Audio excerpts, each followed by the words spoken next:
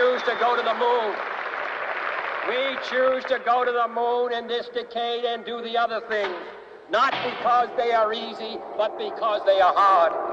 I think it means that the job of landing something on the moon where there's no atmosphere and using a rocket to slow it up and having the equipment still work is a very difficult job. We've been brought in here by Stanley Kubrick to more or less ensure the scientific integrity of the film, to make sure that it's very, very close in reality, but still we want to make certain that it has a base of reality. Before the end of the 60s, we will see a man to the moon, an American, and we're very proud that our country continues to produce these young men who go so far and carry with them so much. To put people on the moon and with enough fuel to enable them to return safely home to Earth requires a still larger and more powerful rocket, however. It's going to take some time, and I think we have to recognize it.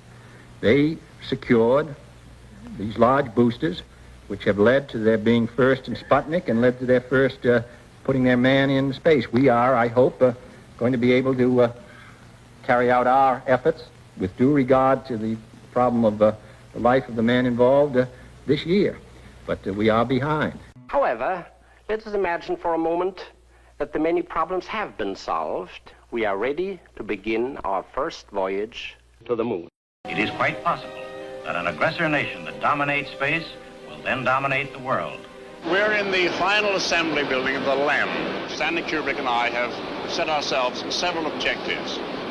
We hope to convey to the public the wonder and beauty and promise of the new age of exploration which is opening up before the human race. Arthur, here we are on the LEM ship, and one can almost imagine we're on our way to the moon, or we've arrived at the moon, as a matter of fact. Can you believe it? Can you realize that you and I, that all of us, have actually begun the exploration of another world? We have taken the first historic step into our solar system. Take one. That's one small step for man, one giant leap for mankind. Take two.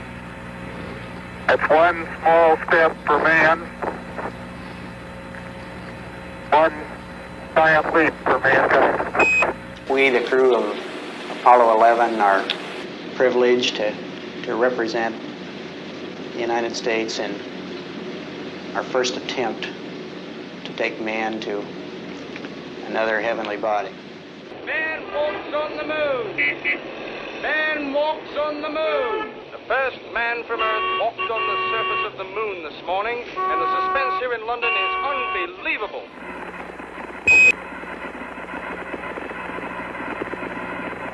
Hello, Apollo 11, Houston. Okay, Neil, we can see you coming down the ladder now. Okay, Neil, we can see you coming. I'm going to step off the LEM now. Neil and Buzz, the President of the United States is in his office now and would like to say a few words to you. Over. That would be an honor. Go ahead, Mr. President. This is Houston out. Hello, Neil and Buzz. I'm talking to you by telephone from the Oval Room at the White House. And this certainly has to be the most historic telephone call ever made in the whole history of man. All the people on this earth are truly one. One in their pride in what you have done. And one in our prayers that you will return safely to Earth.